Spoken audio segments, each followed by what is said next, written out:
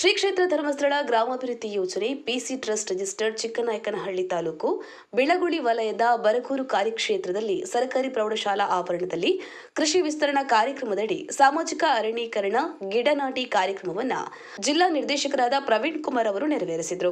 ಕಾರ್ಯಕ್ರಮ ಉದ್ಘಾಟಿಸಿ ಬಳಿಕ ಮಾತನಾಡಿದ ಅವರು, ಶ್ರೀ ಕ್ಷೇತ್ರ ಧರ್ಮಸ್ಥಳದ ಪೂಜ್ಯರ ಆಶಯದಂತೆ 30 ವರ್ಷದಿಂದ ಸಾಮಾಜಿಕ ಕಳಕಳಿ ಇಟ್ಟುಕೊಂಡು ಯೋಜನೆಯ ಮುಖೇನ ತಾಲೂಕುಗಳಲ್ಲಿ ಗ್ರಾಮಗಳಲ್ಲಿ ಸ್ವಯಂ ಸಂಘಗಳನ್ನು ರಚನೆ ಮಾಡಿ ಅವರ ಅಭಿವೃದ್ಧಿಗೆ ಬ್ಯಾಂಕುಗಳ ಮೂಲಕ ಸಾಲ ಸೌಲಭ್ಯವನ್ನು ನೀಡುತ್ತಾ ಕುಟುಂಬ ನಿರ್ವಹಣೆಗೆ ಸರ್ವತೋಮುಖ ಅಭಿವೃದ್ಧಿಗೆ ಶ್ರೀ ಕ್ಷೇತ್ರ ಧರ್ಮಸ್ಥಳ ವತಿಯಿಂದ ದೇವರಕಾಡು ಶಾಲಾ ಕೈತೋಟ ಸಮುದಾಯ ಕಾರ್ಯಕ್ರಮ ಜ್ಞಾನದೀಪ ಶಿಕ್ಷಕರು ಶಾಲೆಗೆ ಬೆಂಚು ಡೆಸ್ಕ್ ವಿತರಣೆ ಸುಜ್ಞಾನ ನಿಧಿ ದುರ್ಬಲ ವರ್ಗದವರಿಗೆ ಮಾಶಾಸನ ಶಾಲಾ ಕಟ್ಟಡ ದೇವಸ್ಥಾನ ಜೀರ್ಣೋದ್ಧಾರ ಹಾಲಿನ ಡೈರಿ ಕಟ್ಟಡಕ್ಕೆ ಅನುದಾನ ಹಾಗೂ ಇತರೆ ಸಾಮಾಜಿಕ ಕ್ಷೇತ್ರಕ್ಕೆ ಅನುದಾನವನ್ನು ನೀಡಲಾಗ್ತಾ ಇದೆ.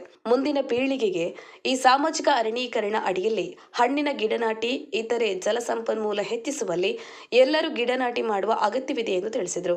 ವಕೀಲರಾದ ಚಂದ್ರಶೇಖರ್ ರಾವ್ ಅವರು ಮಾತನಾಡಿ, ಇಂದಿನ ಜನರ ಬದುಕಿಗೆ ಶುದ್ಧವಾದ ನೀರು ಸಿಗುತ್ತಿಲ್ಲ, ಆಹಾರ ಸಿಗುತ್ತಿಲ್ಲ, ಕಾಡನ್ನು ಸಂರಕ್ಷಣೆ ಮಾಡದಿದ್ದರೆ ಕಾಡು ಪ್ರಾಣಿಗಳು ಊರು ಸೇರುತ್ತವೆ ಎಂದು ಜಾಗೃತಿ ಮೂಡಿಸಿದರು. ಗ್ರಾಮ ಪಂಚಾಯತ್ನ ಮಾಜಿ ಅಧ್ಯಕ್ಷರಾದ ಗಣೇಶ್ ಅವರು ಮಾತನಾಡಿ, ಸರ್ಕಾರದ ಕಾರ್ಯಕ್ರಮಗಳು ಎಷ್ಟೇ ಮಾಡಿದ್ರೂ ಕಾರ್ಯರೂಪಕ್ಕೆ ಬರುವಲ್ಲಿ ಕ್ಷೀಣಿಸುತ್ತವೆ. ಆದರೆ ಈ ರೀತಿಯ ಸಂಘ ಸಂಸ್ಥೆಗಳಿಂದ ಜಾಗೃತಿ ವಹಿಸಿದರೆ ಅರ್ಥಪೂರ್ಣವಾಗುತ್ತದೆ ಎಂದು ಅಭಿಪ್ರಾಯ ವ್ಯಕ್ತಪಡಿಸಿದರು.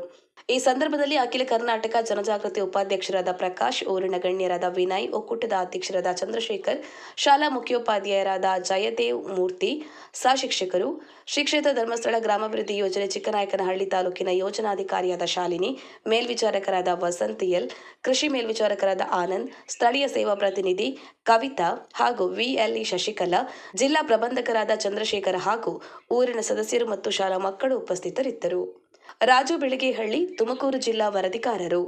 ಜೈ ಭೀಮ್ ನ್ಯೂಸ್ 24x7 ಇದು ಬಹುಜನರ ನ್ಯಾಯಕ್ಕಾಗಿ.